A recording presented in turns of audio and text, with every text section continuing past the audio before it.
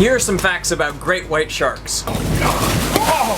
White sharks are live birthed, usually in litters of between 4 and 7 individuals. Now they're called pups, but when they're born they're between 1.2 and 1.5 meters.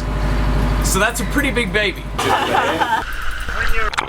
It takes a great white shark about 10 to 12 years to reach maturity, at which point the females are actually about a meter longer than the males, the largest recorded being over 6 meters, roughly the size of this red boat behind me. At this length, they'd weigh about 2,000 to 3,000 kilograms. Oh man. Now there are stories of some great whites being over 7 meters, but those are unsubstantiated. White sharks are warm-bodied. They're not warm-blooded like us. They can't maintain a perfectly stable temperature, but their internal organs are kept at up to 13 degrees above the average temperature of the ambient water around them.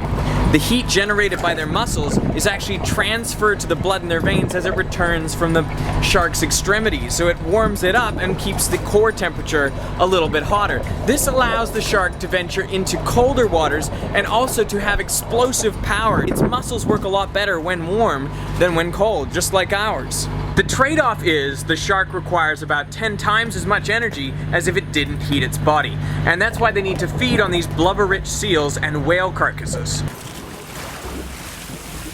White sharks like to hunt when it's light out because they use their eyesight to spot their prey.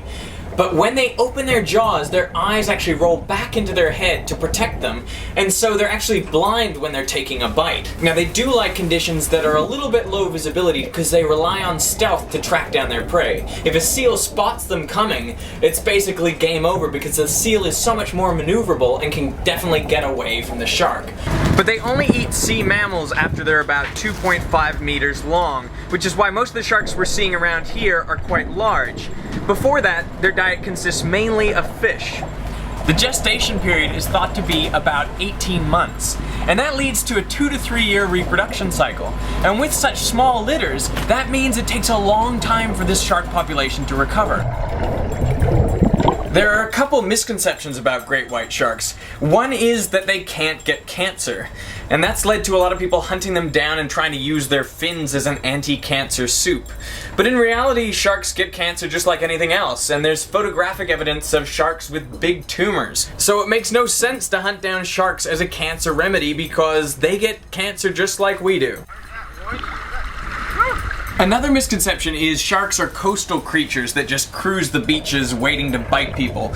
In reality, the sharks spend much of their time way out at sea and very deep, over 1 kilometer deep. It's kind of shocking, but we've only found this out in the last couple of years, so there's so much about sharks that remains undiscovered. We don't know where they go or what they do for most of the time that they're alive. And that's why research projects like this are so important, to find out more about the shark and figure out how we can help it rehabilitate and become the predator of the sea that it once was.